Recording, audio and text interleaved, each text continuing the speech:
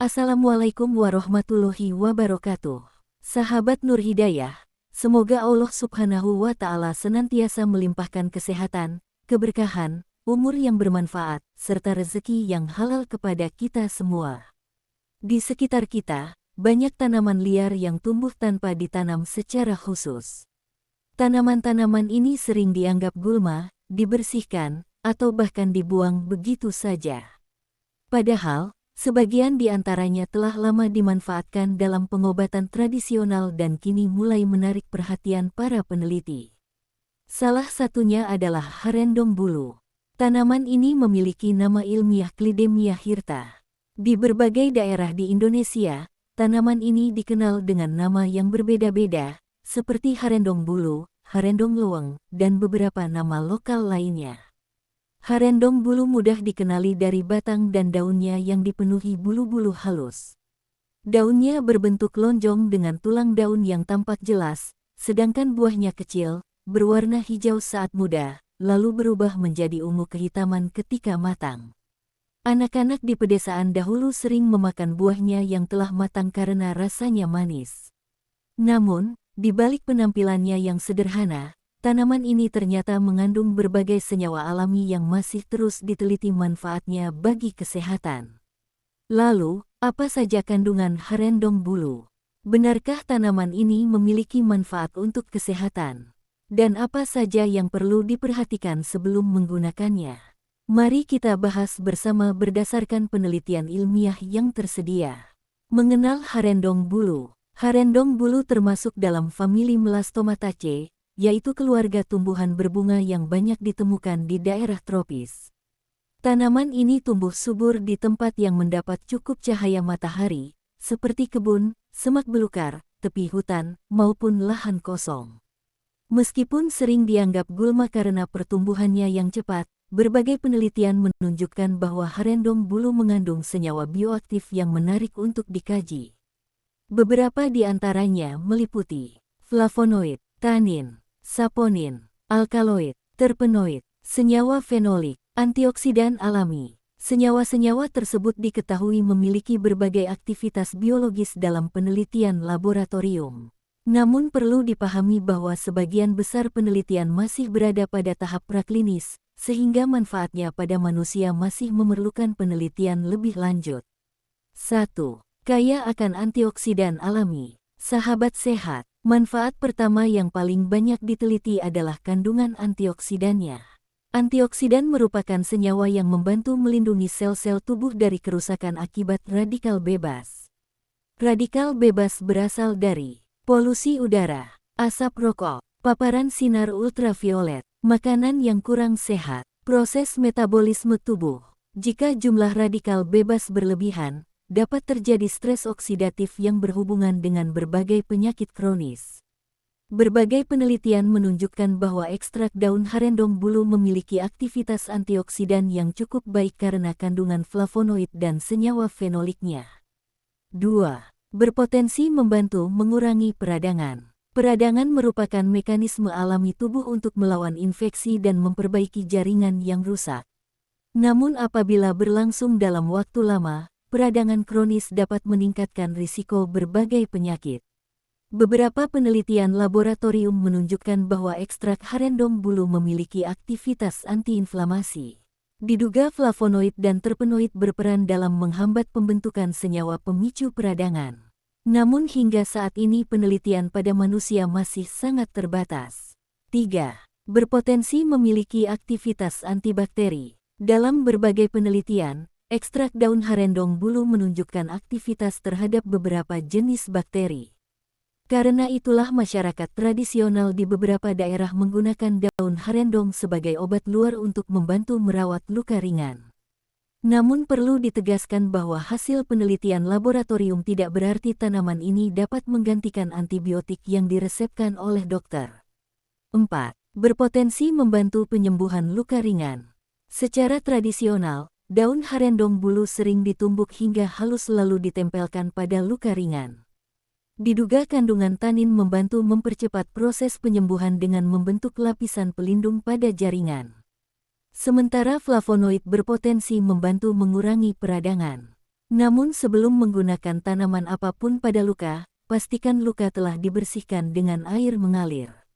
Jika luka dalam, terkena benda berkarat, atau menunjukkan tanda infeksi, segera cari pertolongan medis. 5. Berpotensi membantu mengurangi diare dalam pengobatan tradisional. Di beberapa daerah, rebusan daun harendong digunakan secara tradisional untuk membantu mengurangi diare ringan. Hal ini diduga berkaitan dengan kandungan tanin yang memiliki sifat astringen, yaitu membantu mengurangi sekresi cairan pada saluran pencernaan. Namun hingga kini belum ada bukti klinis yang cukup untuk merekomendasikan penggunaannya sebagai terapi diare.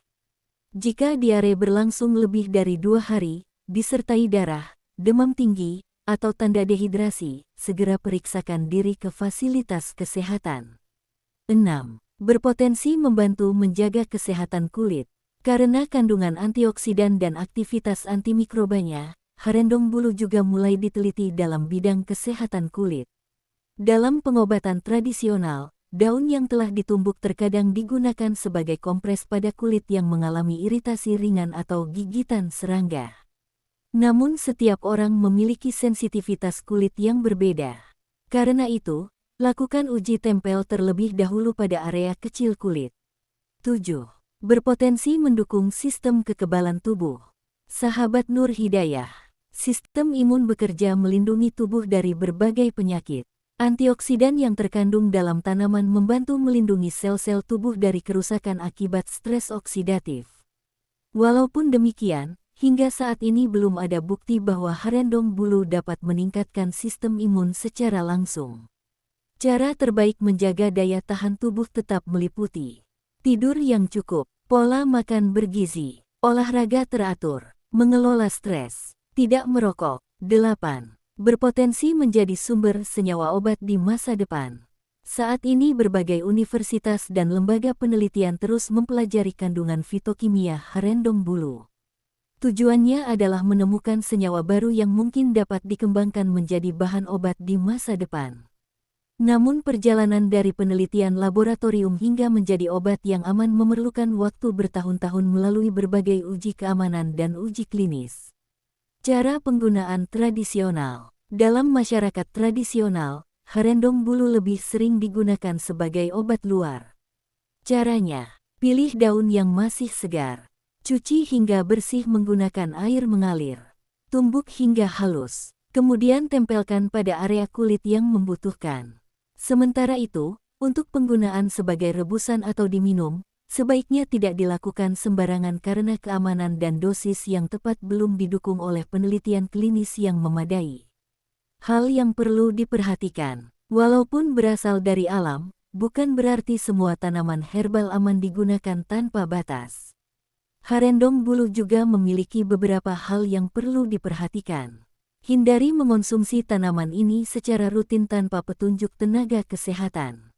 Ibu hamil, ibu menyusui, anak-anak, serta penderita penyakit hati dan ginjal sebaiknya tidak menggunakan tanaman ini sebagai obat herbal tanpa berkonsultasi terlebih dahulu. Pastikan tanaman yang digunakan tumbuh di tempat yang bersih dan tidak tercemar pestisida maupun limbah.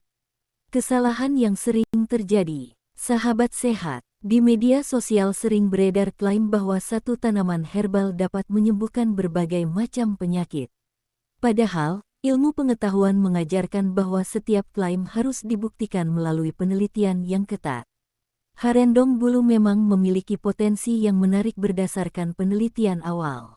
Namun hingga saat ini belum ada bukti ilmiah yang cukup untuk menyatakan bahwa tanaman ini mampu menyembuhkan penyakit kronis seperti diabetes, kanker, hipertensi, atau penyakit jantung. Karena itu, mari kita bersikap bijaksana dalam menerima informasi. Sahabat sehat, harendong bulu adalah salah satu contoh bahwa tanaman liar yang sering dianggap tidak berguna ternyata menyimpan berbagai senyawa bioaktif yang menarik untuk diteliti. Kandungan flavonoid, tanin, saponin, serta antioksidan alaminya menunjukkan potensi sebagai bahan penelitian dalam bidang kesehatan. Namun, penggunaan tanaman herbal harus selalu disertai ilmu pengetahuan dan kehati-hatian. Jangan mudah percaya pada klaim yang berlebihan. Gunakan herbal sebagai pelengkap pola hidup sehat, bukan sebagai pengganti pengobatan medis yang telah terbukti manfaat dan keamanannya.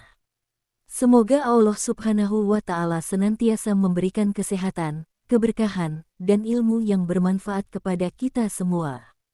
Jika Anda menyukai konten tentang tanaman herbal, kesehatan alami, dan pengobatan tradisional berbasis ilmu pengetahuan, jangan lupa tekan tombol like, subscribe, dan aktifkan lonceng notifikasi agar tidak ketinggalan video menarik lainnya dari channel Nur Hidayah. Terima kasih telah menyaksikan hingga akhir. Wassalamualaikum warahmatullahi wabarakatuh.